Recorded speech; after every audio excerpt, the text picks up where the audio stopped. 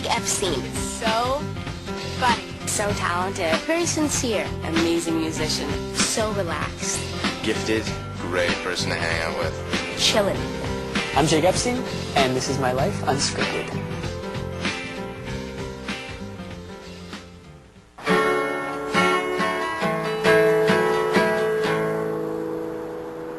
Welcome to my house. Come on. Hey, Mom. Alright, well, you're inside the Epstein household. This happens to be one of my favorite rooms in my house. Probably favorite breakfast food is my eggs. I make a mean scrambled eggs. You should try it sometime. This is my sister. That's a dorky picture of me. It's me and my friend Graham. We're pimping it out. Again, one of my personal favorites. This is my family room. My television. My beloved couch right here. You know what? You guys don't want to see this. Let's go to my room. And this is my room. As you can see, it's kind of a collage of all my favorite things. I just put as many posters as I could up on the walls. This is my Classics of Rock poster. This, I think, best represents who I am. I love classic rock, and it's got all my favorite bands on this poster. Mind the Gap is a band that I started with 4 of my best friends. And we've done a couple gigs around Toronto. And it's something I'm really proud of. Let's see what I got in my CD player. Pink Floyd The Wall. System of a Down, Beatles Magical Mystery Tour I just bought, Radiohead, let's see, here's a Headstone CD, some Degrassi trivia. The lead singer of the Headstones is a man named Hugh Dillon. He's a scary, scary looking fellow. He's a great actor who played my father on Degrassi. Are you talking to me or are you talking to Joey? Oh, that's not fair! Life's not fair! This is my new laptop, and I just got it. And when you're away filming Degrassi and filming other movies and stuff, you gotta take some courses online, so I had to get a computer. Oh. And I love my bed.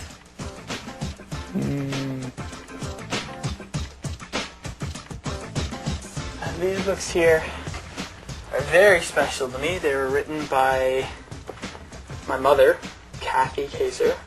This book in particular is called Secret of Gabby's Dresser, and it's the story of my grandmother and how she hid from the Nazis and survived the Holocaust. Jake was into a million different things. He was a fantastic athlete. I mean, we always kind of considered him our jock child. I used to love playing soccer. It was such a great sport, so much fun. I used to be a brown belt in karate. I loved playing sports every day as much as I could. With his friends, we used to do these like skits downstairs all the time. He would play, all of the different parts and do the fighting scene with himself, and he'd get his friend to play the other part, and he'd call me from downstairs, and I'd play one part and everything. I would record skits in my basement. It was some of my first works as an actor. It was some of my best work, actually.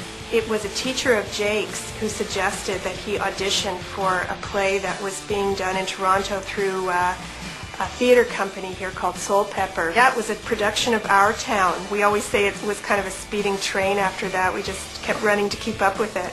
This is probably my favorite acting job I ever did. Probably his biggest break came with a production of Oliver, and Jake had the part of the Artful Dodger. And believe it or not, that's me right there, singing in front of 2,000 people. And we were just inundated with calls after that.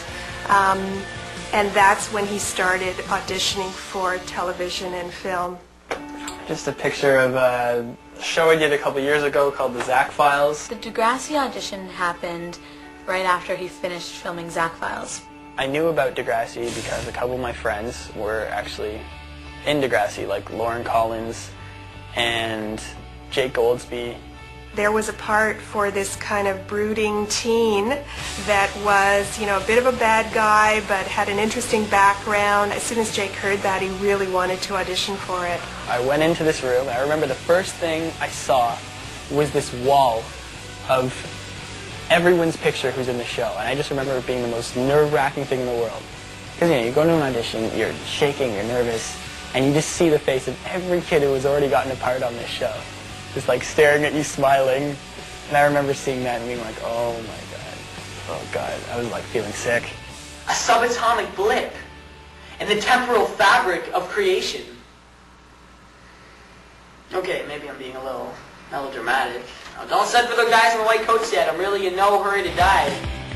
I remember that I was at school, and I was waiting for the call to see if I got the part or not, and I kept on calling home. We kind of all couldn't believe it, but he got it. So My mom said, you got the part, you're on Degrassi. And I danced for about 5 minutes. I may go solo. Are you serious? Yeah, deadly serious. I'm out of here. Let's see what else we got. This is a picture of a play I directed this year, and there I am. The play was called The Dead and the Rooster, and it was a total laugh. It was my first play I've directed, so it was totally a new experience, and I loved it. This is something I'm pretty proud of. This is a Gemini Award, and it is the equivalent of the Canadian Emmys. I had to go up and say a speech to a whole bunch of people, and I didn't think I was going to win, so I didn't prepare a speech. So I went up and I just acted like a total idiot, but it was such an amazing experience. This is the blood and guts of the Degrassi set. The part of the studio they don't show on TV.